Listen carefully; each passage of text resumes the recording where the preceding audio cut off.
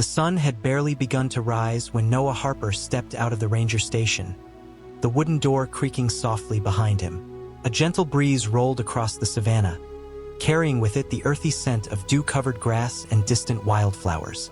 Noah stood for a moment on the porch, eyes scanning the open landscape like he did every morning. After 17 years in this African wildlife reserve, the view never got old, though today, something in the air felt heavier, still, almost expectant. Noah had long traded the chaos of city life for the silence of the wild. After losing his wife and cutting all ties with his past, he found refuge in these endless plains. Here, he wasn't just a park ranger. He was a protector of animals, of balance, of things that couldn't speak for themselves. But even as he patrolled the land each day, a part of him remained lost, especially when it came to the mystery of his father's disappearance decades ago, a wound that never quite healed.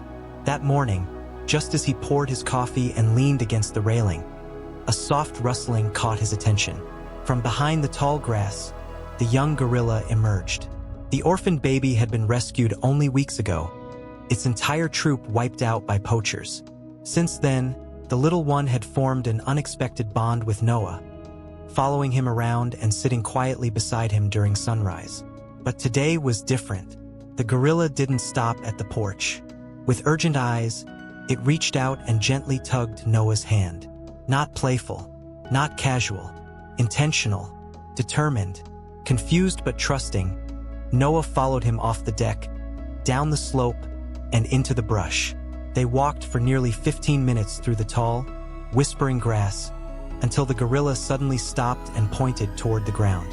Noah knelt, brushing away the loose dirt and dry leaves. There, half buried beneath the soil, was something he never expected to see: a weathered, dusty backpack. Inside it, wrapped in a faded cloth, was a photograph. His hands froze, his breath caught. The image was unmistakable. Himself as a child, no more than 6 years old, standing beside the man he hadn't seen since he was 7. His father. Tears welled up before he could stop them. How could this photo, so personal, so impossibly familiar, be here, in the middle of the savanna? And why had this baby gorilla led him straight to it? He looked into the animal's eyes and saw something that didn't belong in a wild creature: awareness. As Noah collapsed to his knees, holding the photo tightly, he realized this wasn't a coincidence. It was the beginning of something much bigger. Noah sat on the ground for what felt like hours, the photo trembling in his hand. The dry African wind brushed against his face, but he barely noticed it. All he could see was that image, himself as a boy, grinning awkwardly beside a tall, broad-shouldered man. His father, a man he had spent decades trying to forget, yet always secretly wished to find again. His heart pounded as questions flooded his mind. Why was this here? Had his father been to this very place? The young gorilla, still at Noah's side, crouched low and watched him with a quiet intensity. There was something deeply unsettling about the way the animal stared, like it understood. Noah had seen intelligence in primates before, but this was different. This wasn't curiosity. It felt like recognition. He reached out and gently placed a hand on the gorilla's shoulder, grateful for its presence, though the silence between them only deepened the mystery. He stood slowly, brushing the dust from his uniform, and looked out over the plains. The sun had climbed higher now, casting long shadows between the acacia trees. The backpack had no name, no initials, just that one photo and a handful of decayed personal items. A rusted compass, a torn map of the region, and a lighter engraved with the initials AH. His father's name was Alan Harper. The initials matched. Noah's stomach tightened. Back at the ranger station, Noah spread the contents across his desk. The map had markings on it, circles drawn in red ink around specific zones deep within the reserve. One of them was labeled Hill 43. He had passed that hill countless times on patrol, never thinking twice about it. Now, it felt like a landmark from a different life. He ran his fingers across the paper, tracing the line from the station to that hill, as if the answers might reveal themselves through touch. That evening, Noah found himself unable to sleep. He sat alone outside, sipping from a metal cup of tea as the stars blinked into view above the dark horizon. The photo sat in his shirt pocket, close to his heart. He kept thinking about his last memory of his father, the man leaving home in the middle of the night without saying a word. His mother had always said, "Some people are just born to disappear." But what if Alan hadn't run away? What if something had brought him here? The baby gorilla, whom Noah had not yet named, climbed onto the porch and quietly sat beside him, just like it had done for the past few mornings. But tonight, Noah looked at the animal differently. Not as a rescued creature, but as a messenger. By sunrise, Noah was already packing his gear. Something in his gut told him he couldn't ignore the map. Not after what he found, not after that photo. He slung his canteen over his shoulder, loaded his field journal, and carefully folded the map with the red circles. The label Hill 43 echoed in his mind like a forgotten song. As he zipped up his backpack, he glanced down at the young gorilla, still sleeping on the porch, curled up like a child. Noah hesitated. He didn't know why, but part of him wanted to leave the animal behind, maybe for its own safety. But as he reached the bottom of the steps, he felt a tug on his pant leg. The gorilla had woken silently and followed him, its dark eyes locked with his, almost pleading. Noah gave a soft sigh and nodded. "All right, buddy," he whispered. "Let's find out what this place is hiding." For the first time, he realized he needed the gorilla as much as it needed him. They walked for over an hour under the rising sun, the terrain shifting from open grassland to rockier slopes. Birds scattered overhead, and distant antelopes moved cautiously along the horizon. When Hill 43 finally came into view, Noah stopped cold. It wasn't just a hill, it was a lookout, one that had clearly been used before. The remains of an old fire pit, rusted binoculars half buried in the dirt, and even a makeshift bench carved from wood stood as quiet witnesses to a presence long gone. He crouched beside the bench and ran his fingers along the wood. Carved deep into the surface were initials. H, the same as the lighter, the same as his father. Noah's breath caught. It wasn't a coincidence. Alan Harper had been here, lived here, or at the very least stayed long enough to leave his mark. But why? And why had no one ever mentioned this before? The reserve had records, patrol logs, staff logs, nothing about a man living off-grid here.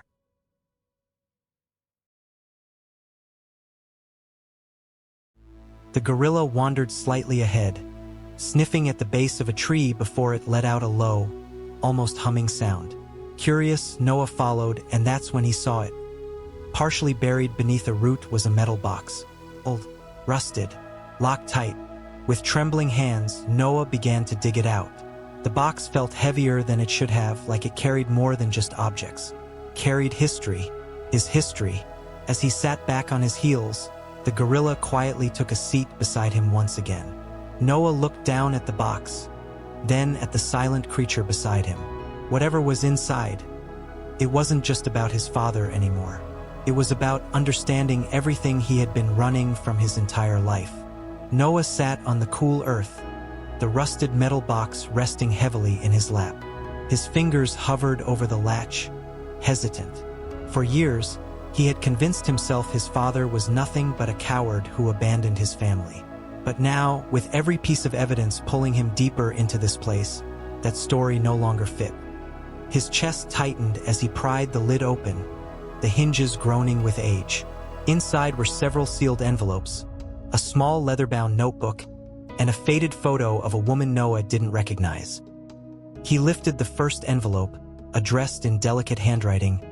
"To Noah, if this ever finds you." His breath caught. The words felt like a punch to the chest. His father had written to him. His father had been here thinking about him.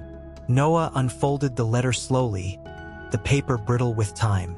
As he read, his hands began to tremble. The letter wasn't full of excuses. It was full of sorrow. Alan had come to the reserve as part of a conservation project in the 1980s, only to uncover corruption and illegal animal trade tied to powerful people. He wrote about threats, about being forced into hiding when he tried to speak up. He didn't run from his family, he was trying to protect them. Alan thought disappearing was the only way to keep them safe.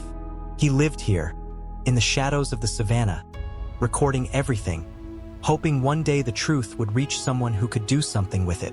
Someone like Noah. The gorilla sat close, quiet and unmoving, as if sensing the magnitude of the moment. Noah placed the letter gently on his lap and opened the notebook. Inside were pages and pages of notes, names, dates, coordinates, shipments. It wasn't just a personal diary. It was evidence. His father had documented years of exploitation, smugglers, corrupted rangers, even NGO officials. People Noah may have unknowingly worked beside. His mind raced. This changed everything. His entire career had been built on preserving the integrity of this land, and now he realized he'd been working on ground soaked in betrayal. He felt both fury and shame, but more than anything, he felt something he hadn't allowed himself to feel in years. Forgiveness. For his father, and maybe, just maybe, for himself. As he looked back down at the open box, he noticed one last thing buried beneath the papers. A cassette tape, labeled simply, "The Last Truth." Noah swallowed hard, knowing that whatever he was about to hear could unravel everything. Noah stared at the cassette in his hand, its plastic surface worn and yellowed by time. The words, "The Last Truth," were handwritten in shaky black ink, barely legible. His fingers hesitated over the label, his thumb brushing across it slowly. 1,000 thoughts ran through his mind. What could be on it? A confession? A warning? A farewell? The gorilla, sensing Noah's shift in energy, leaned closer, its head resting gently against his shoulder. Back at the ranger station, Noah dusted off an old battery-powered tape recorder he had stashed in the equipment closet. Crackled when he turned it on, the speakers weak but functional. With a deep breath, he slid the tape in and pressed play. The silence that followed felt unbearable. Then, a voice, tired, weathered, but unmistakably his father's. "If you're hearing this, Noah, it means you found me, or what's left of me." The voice cracked with emotion. Alan Harper spoke slowly, choosing every word like it could be his last. He detailed everything. How he had uncovered the illegal trafficking of exotic animals, how he'd been silenced and betrayed by men he once trusted, how he tried to expose them but was hunted instead. He had faked his death, burned his ID, lived off the grid for decades, hiding within the reserve's borders. But his greatest regret wasn't what he lost. It was leaving Noah behind. "I watched you from a distance once," the voice admitted. "You were maybe 15, visiting the reserve with your school. I stayed hidden in the trees. You looked so much like your mother." Noah's throat tightened. His eyes burned. He could picture it. The school trip he barely remembered, the uneasy feeling he had that someone was watching. He thought it was just his imagination, but it had been his father, watching silently from the shadows, protecting but never approaching. Cowardice? Sacrifice? Maybe both. The recording continued, ending with a plea. Alan urged Noah to take the evidence and go to someone he could trust. But he warned him too. The people involved weren't gone. Some still worked within the system. "If you expose them, they'll come after you, just like they came for me." As the tape clicked to a stop, silence returned to the room. The kind that presses against your skin. Outside, the wind picked up, whistling through the trees like a distant voice calling from the past. Noah sat frozen, heart pounding. He now held the truth, but it came with a price. And somewhere deep in the reserve, someone might already know that Alan Harper's son had found the truth. Noah couldn't shake the feeling that something had shifted. Ever since playing the tape, a weight had settled in his chest. A mixture of urgency, fear, and unfinished grief. He kept the cassette hidden inside a locked drawer in the ranger station, along with the notebook and letters. Every instinct in him screamed that time was running out. The truth was no longer just a personal discovery. It was dangerous. That morning, as he made his way toward the southern edge of the reserve to patrol the waterholes, Noah noticed subtle changes. Tire tracks on trails that hadn't been used in weeks.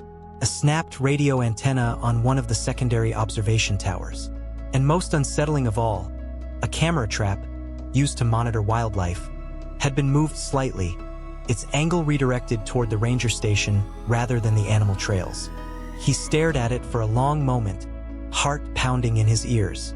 Someone had been here. Recently, when he returned to the station, he found the young gorilla waiting for him near the porch steps. It seemed agitated, fidgeting more than usual, making low murmuring sounds as it paced. Noah crouched down, meeting its eyes. "You feel it too, don't you?" he whispered. The gorilla blinked slowly, then grabbed his hand, just like the day it led him to the buried photo. It tugged, not with panic, but with insistence. Something was out there again, something it wanted him to see. Following the gorilla's lead, Noah walked deep into the brush, staying low and quiet. They reached a small clearing where one of the staff cabins had been abandoned for years.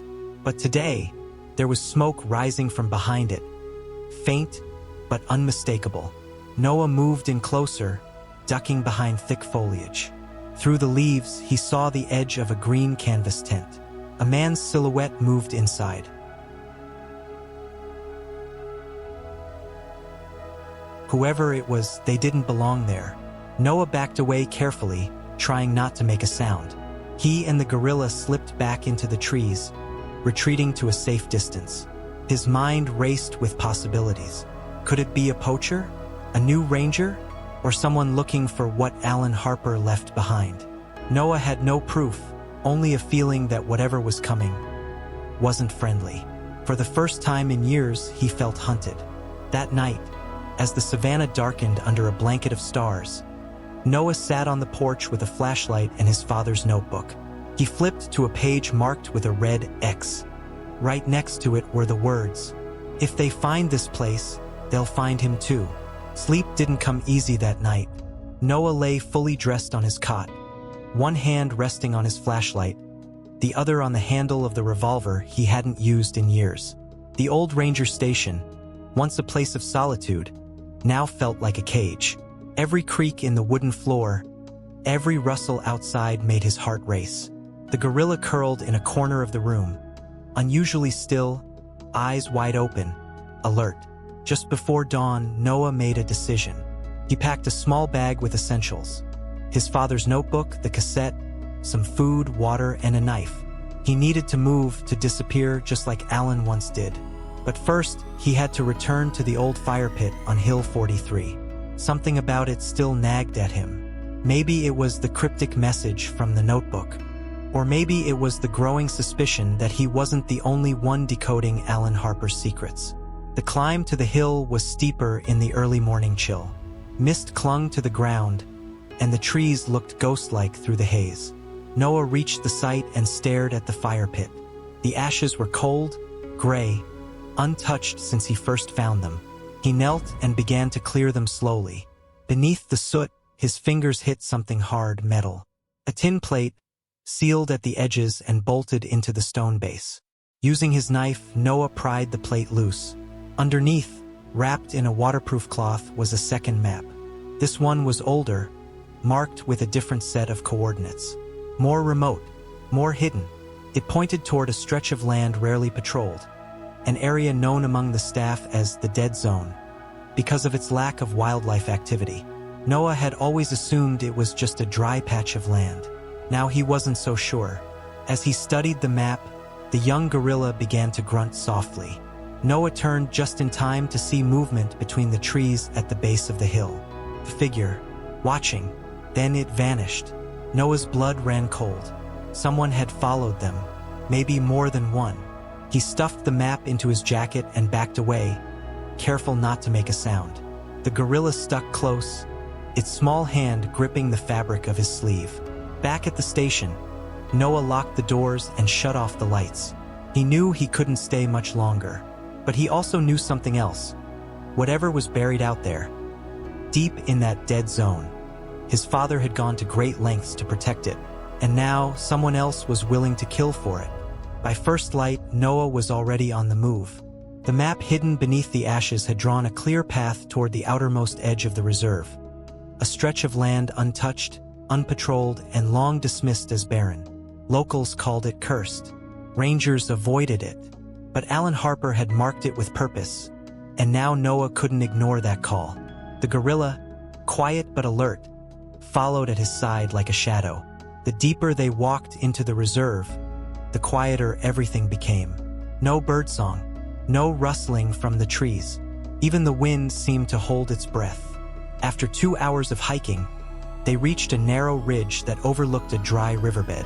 From there, Noah spotted it. The remains of an old structure, camouflaged under overgrowth and branches. It looked like a bunker, low, square, made of concrete and mud, hidden on purpose. He approached slowly, hand resting on the grip of his knife. The metal door was rusted, nearly fused shut, but after several hard pulls, it groaned open. Inside was stale air, thick with dust and silence. Noah turned on his flashlight. The beam cut through the darkness, revealing a small room, maybe 10 by 10 feet. Old equipment, a rusted radio, stacks of field journals, and in the center, a desk with an envelope marked in bold, shaky handwriting. For Noah, his hands trembled as he opened it. The letter inside was dated 15 years ago. In it, Alan wrote about one final discovery, something buried deeper than corruption. A list of names, officials, scientists, and donors tied to a network of trafficking that stretched far beyond the reserve. He feared what would happen if it came to light, but he also knew that his son might one day be the only person brave or foolish enough to chase the truth. As Noah read, he heard the gorilla grunt sharply from outside. He rushed to the doorway and saw dust rising in the distance. A vehicle fast, approaching. He didn't know how they'd tracked him, but they had.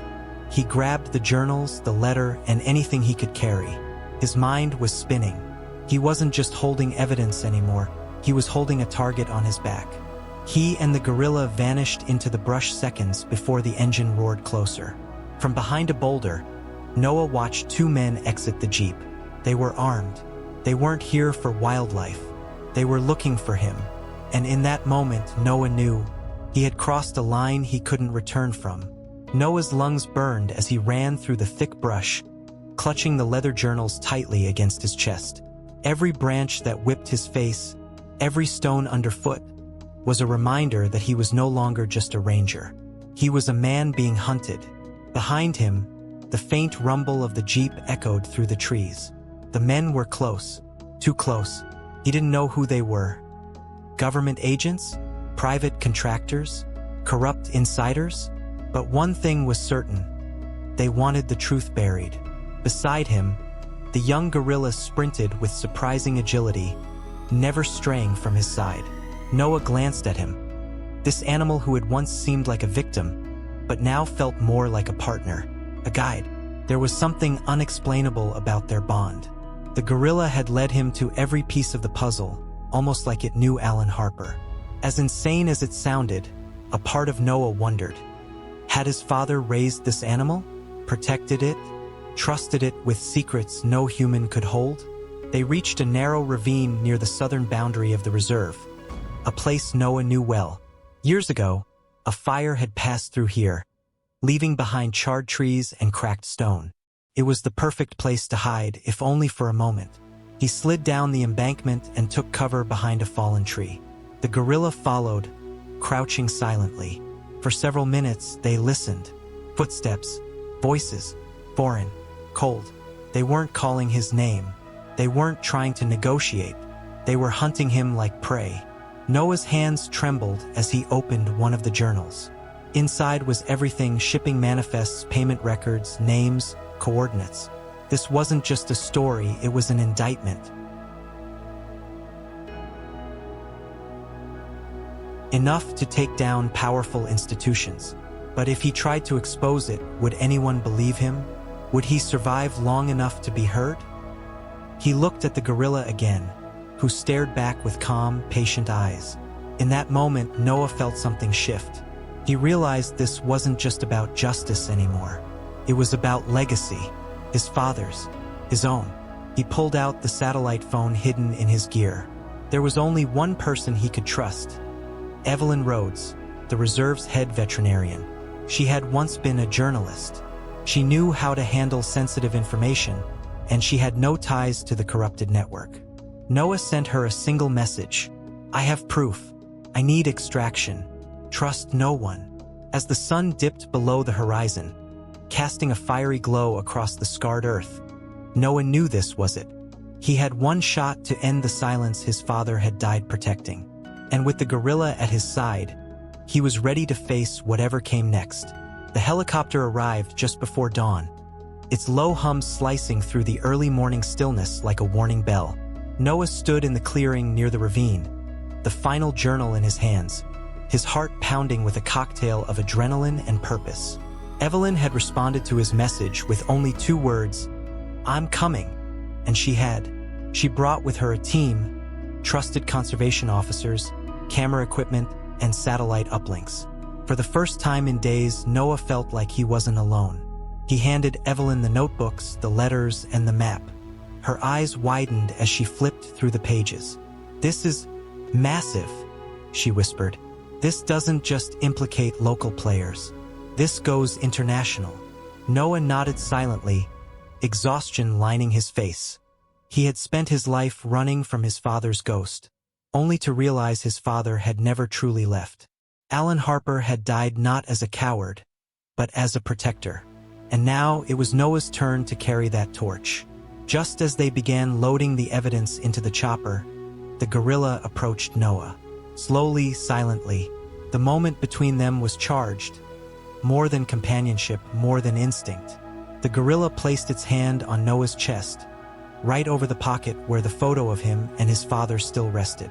Noah knelt down, staring into its deep, knowing eyes. You kept him alive, he said softly. You brought me back to him. A tear slid down his cheek, and for once he didn't wipe it away. Evelyn watched quietly, her expression a mix of awe and sorrow. You can bring him with us, she offered gently. We'll find a sanctuary, somewhere safe. But Noah shook his head. This is his home. He was born here, and maybe he's still guarding something more. He turned to the gorilla and whispered, You're free now, but I'll never forget you. The gorilla stepped back, stood tall for a moment, and then disappeared into the trees without a sound. The evidence went public within days. News outlets ran stories titled, The Ranger's Legacy, and Voices from the Wild. Arrests were made, corruption exposed, international investigations launched. But Noah didn't return to the station. He retired quietly, bought a small piece of land near the reserve's edge, and spent his days walking the same trails his father once had. Not to escape this time, but to remember. Some evenings, just as the sun sank low behind Hill 43, Noah would catch a glimpse of something dark moving between the trees. He never tried to follow. He simply stood still and smiled, because now he understood. Some truths are meant to survive, not to be buried.